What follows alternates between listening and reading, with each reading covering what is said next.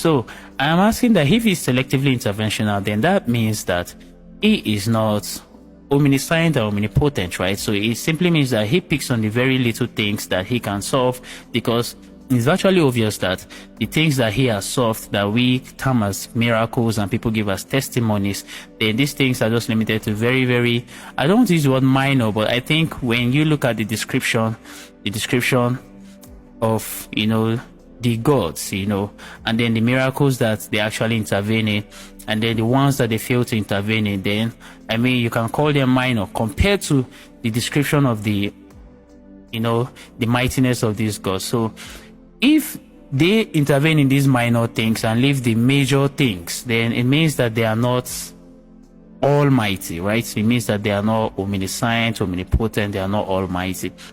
So it now begs the question, why then should we pray? Or maybe we should only pray when it comes to minor things, knowing fully well that these are the things that they can handle, and there are certain things that they cannot handle. But then when you look at the scope of our prayers, our prayers are oftentimes encompassing. So we pray in every situation, right? If you look at the Christian theology, you see that it is often said that we pray in all things. You pray all of the time, whichever scenario you pray.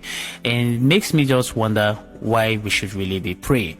I think George Carlin kind of summed it up when he said that, and here is something else, he said another problem that you might have, suppose your prayers haven't answered, what do you say? And then he said, well, maybe you say it's God's will, or you say, let thy will be done. And then he said, fine.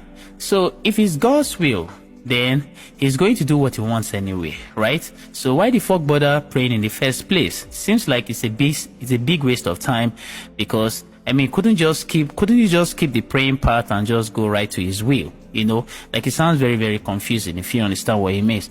Because now, if we are looking at it from a selective angle, so it means that there are certain things he's going to answer, certain things he's not going to answer. Because when many things will happen, I think I kind of talked about it in that omnipotent video, where most people kind of exonerate God when certain prayers are not answered. So they say it is his will, you cannot understand. There's a reason why he didn't answer this prayer. There's a reason why he answered this prayer. If God answered certain prayers, you wouldn't really understand. Probably it would turn out this way, which sounds like an excuse, right, to me. So for George Carlin, he's looking at it from a very confusing angle. He's wondering that, fine, if you say that let the will of God be done, or whichever way it is, whichever the outcome, you still say that it was God's will that's been done, then why pray in the first place? Why even pray at all?